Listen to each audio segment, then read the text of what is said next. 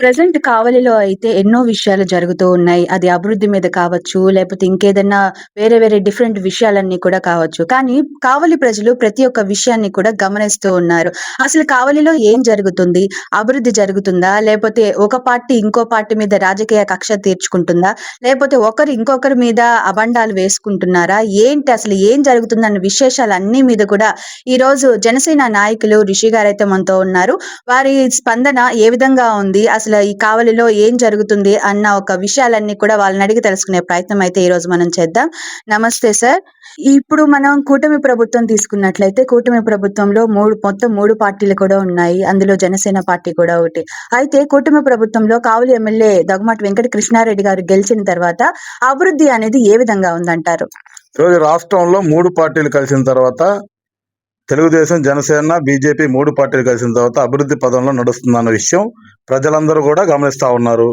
దానిలో చంద్రబాబు నాయుడు గారు చేసే అభివృద్ధి, పవన్ కళ్యాణ్ గారు ఆయన శాఖలో చేసేటువంటి అభివృద్ధి, అదేవిధంగా నారా లోకేష్ గారు ఆయన చేసేటువంటి అభివృద్ధి, అదేవిధంగా బీజేపీ అన్ని అభివృద్ధి పదంలో నడుస్తూ ఉన్నాయి. అదేవిధంగా మనం కావలి తీసుకుంటే ముఖ్యంగా దగ్గుమాటి వెంకట కృష్ణారెడ్డి గారు ఎమ్మెల్యేగా వచ్చిన తర్వాత గతంలో ఎంతో మంది ఎమ్మెల్యేలు ఈ నియోజకవర్గానికి వచ్చారు, వెళ్ళిపోయారు, గెలిచారు, ఓడిపోయారు. తర్వాత సంగతి ఎమ్మెల్యేలుగా వచ్చిన తర్వాత ఈ రోజు కావ్య కృష్ణారెడ్డి గారు నడిపిస్తున్నటువంటి అభివృద్ధి ఈ నియోజకవర్గంలో చుట్టుపక్కల ఉండేటువంటి గ్రామాల నుండి పట్టణంలో నుంచి మారుమూల గ్రామం వరకు కావ్య కృష్ణారెడ్డి అనే వ్యక్తి ప్రతి ఒక్కరి గుండెల్లో నిలిచిపోయే విధంగా ఈరోజు ఆయన అభివృద్ధి కార్యక్రమాలు చేస్తా ఉన్నారు. కమిషన్లుగా గుర్తుపడకుండా అభివృద్ధి నా జయం, కావలి కనకపట్నంగా మార్చాలని ఏ విధంగా ఎలక్షన్ లో చెప్పారో ఆ కనకపట్నాన్ని తయారు చేయాలనేటువంటి సంకల్పంతో ఈరోజు మా అన్న కావ్య కృష్ణారెడ్డి గారు పగ్గాలు చేపట్టిన తర్వాత నుండి ఈ రోజు కూడా చాలా అభివృద్ధి కార్యక్రమాలు చేస్తా ఉన్నారు. దానిలో భాగంగానే ఈరోజు వైకుంఠపురం నుండి వెంగళరావు నగర్ రోడ్డు కాడ నుండి తీసుకుంటే ఈరోజు ఫ్లైఓవర్ బ్రిడ్జి, గతంలో ఫ్లైఓవర్ బ్రిడ్జి మీద చాలా మంది ఇబ్బందులు పడతా ఉంటే దాని మరమ్మతుల కాడి నుండి ఈరోజు వైకుంఠపురంలో ఉండేటువంటి అనపకుంట సిల్ట్ తీసేటువంటి కార్యక్రమం నుండి ఈరోజు మునకలో మునిగిపోయేటువంటి వైకుంఠపురానికి రోడ్ల కాడి నుండి, అదేవిధంగా ఈరోజు అత్యంత స్పీడ్గా జరిగేటువంటి వర్క్ మన కావలి వెంకటేశ్వర రోడ్డు ఏదైతే ఎక్స్టెన్షన్ జరుగుతుందో ఆ రోడ్డుని శాంక్షన్ చేయించి ఆ రోడ్డు ఈరోజు అతి వేగంగా పూర్తి చేసుకోబోతా ఉంది. అదేవిధంగా వెంగళరావు నగర్ రోడ్డు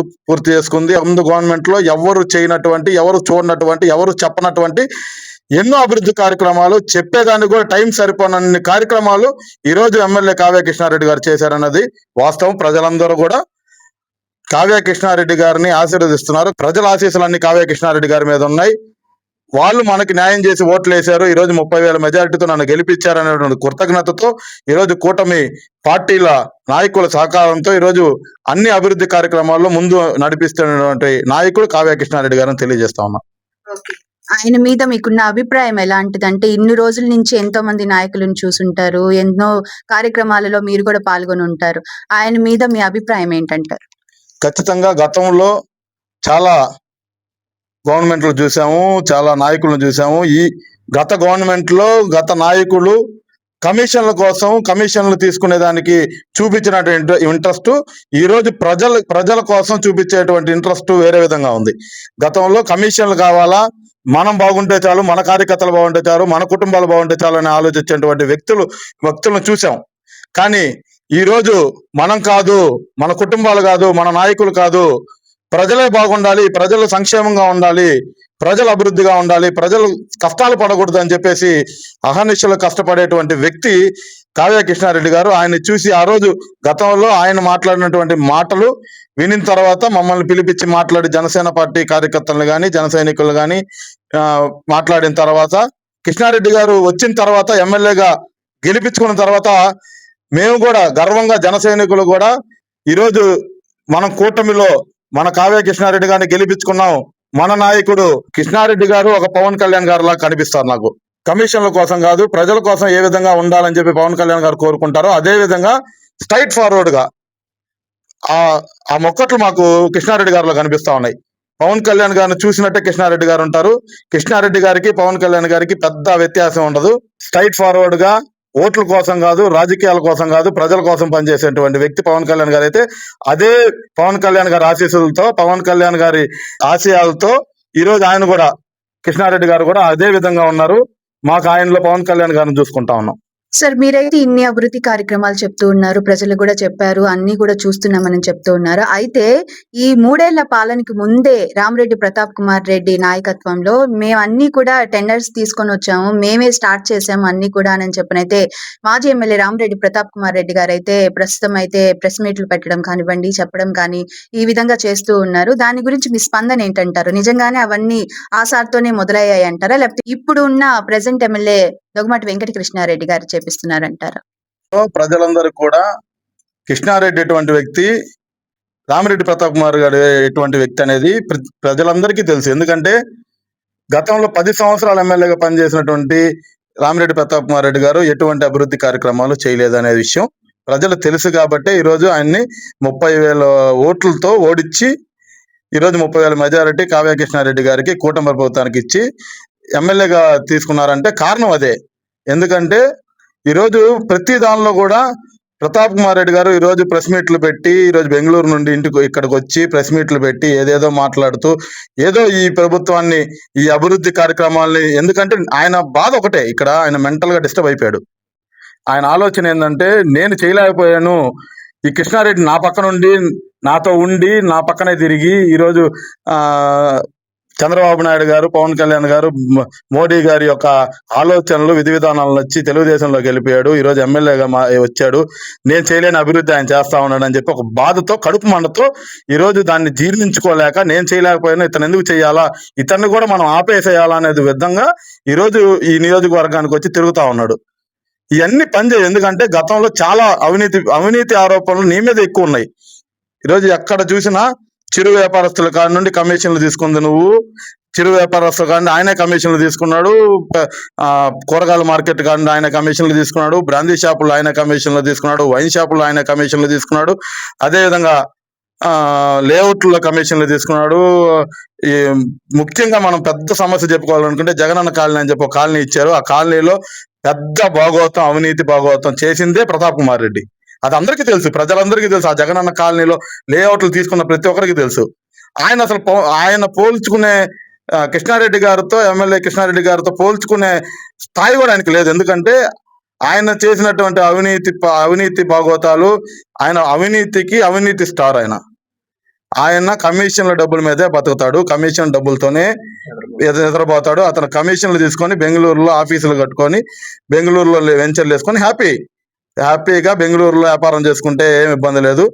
ఖచ్చితంగా ప్రతాప్ కుమార్ రెడ్డి గారు ఇంకొకసారి రోడ్డు మీద, ఇప్పుడు నిన్న ఉదయగిరి బ్రిడ్జిలో తిరుగుతా ఉన్నాడు, బ్రిడ్జి రోడ్లో షాపులన్నీ తీసేస్తున్నారు. ఏదో దాన్ని ఒక పోర్ట్రేట్ చేయాలని చెప్పేసి ఎవడో పేట ఆర్టిస్టులు తీసుకొని వచ్చి, ఆయన కాడ ఒక 20 మంది సోషల్ మీడియా టీం ఒకటి ఉంది. వాళ్ళకి నెలకి ఒక 5,000 నుండి 10,000 రూపాయలు డబ్బులు ఇచ్చి సోషల్ మీడియా టీంను వాడుకుంటూ ఆ టీం చేత ఒక ఏ సోషల్ మీడియాలో ఫేక్ ప్రచారాలు చేపిస్తూ, నిన్న కూడా ఆయన ముందే ఆయనకే తెలిసిపోయింది. నిన్న ఆయన బిజ్జి సెంటర్లో ఉదయగిరి రోడ్లో తిరుగుతా షాపులు తీసేశారు, మీకు రోడ్లు వేస్తున్నారు, రోడ్డు వేస్తే మాకే మంచిది కదన్నా, షాపులలో చెప్తున్నారు రోడ్డు వేస్తే మాకే మంచిది. రోడ్డు వేసిన తర్వాత కృష్ణారెడ్డి గారు మమ్మల్ని పిలిపించారు.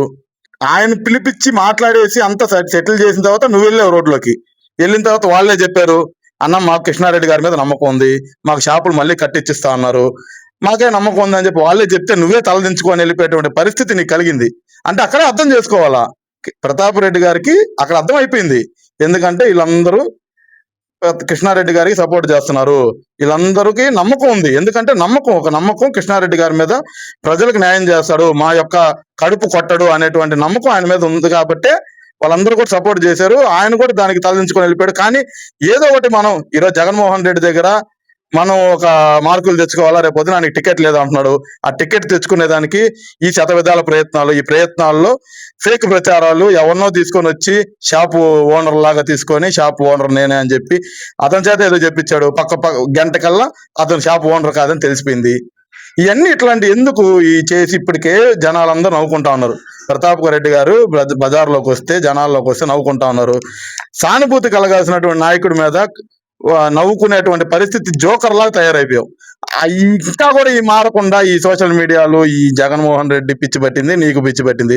ఇంకా ఆయన గురించి మాట్లాడుకోవటం, ఆయన అవినీతి ఇంకొకసారి ప్రతాప్ కుమార్ రెడ్డి అనేటువంటి వ్యక్తిని ప్రజలు గెలిపించరు.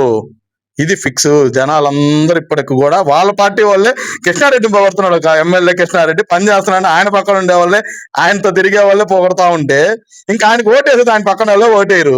ఇంకా ఆయన గురించి మాట్లాడుకోవటం ఎన్ని మాట్లాడుకున్నా ఆయన గురించి వేస్ట్.